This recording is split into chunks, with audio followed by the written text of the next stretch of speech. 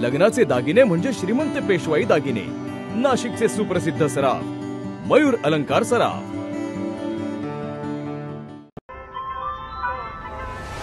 ताज्या बातम्यांसाठी नाशिक न्यूजच्या YouTube चॅनलला सबस्क्राइब करा आणि बेल आयकॉनला प्रेस करा।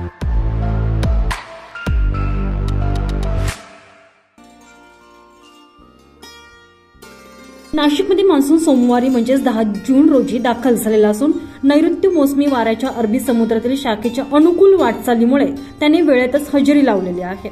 दरम्यान बंगालची उपसागरीय शाखा अजूनही जागेवरच असल्याने विदर्भ आणि उर्वरित मराठवाड्यात मान्सून दाखल होण्यास अडथळे निर्माण होत असल्याचं पुणे हवामान विभागातील निवृत्त शास्त्रज्ञ माणिकराव खोळे यांनी सांगितलं। कोकण, मध्य महाराष्ट्रासह मुंबई, डहाणू, ठाणे, नगर, बीड, नाशिक, छत्रपती संभाजीनगर येथे आतापर्यंत मान्सूननं हजेरी लावलेली आहे। तर मुंबई, सिंधुदुर्ग, रायगड, रत्नागिरी, ठाणे या जिल्ह्यात 15 जूनपर्यंत जोरदार ते अतिजोरदार पावसाचा इशारा देण्यात आलेला आहे। त्याचबरोबर नाशिक, जळगाव, नंदुरबार, धुळे, नगर, पुणे, सातारा, सांगली, कोल्हापूर, सोलापूर या 10 जिल्ह्यांमध्ये गुरुवारपर्यंत म्हणजेच 13 जूनपर्यंत मध्यम ते जोरदार पावसाची शक्यता वर्तवलेली आहे। तर नागपूर, भंडारा, चंद्रपूर, वर्धा, बुलढाणा, यवतमाळ, वाशिम, गोंदिया, छत्रपती संभाजीनगर, परभणी, बीड, जालना, हिंगोली या भागात मध्यम पावसाचा अंदाज वर्तवण्यात आलेला आहे।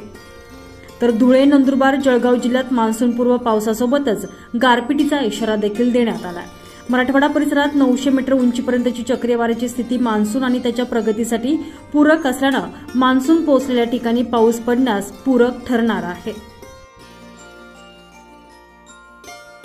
Bureau report, Nashik news, Nashik.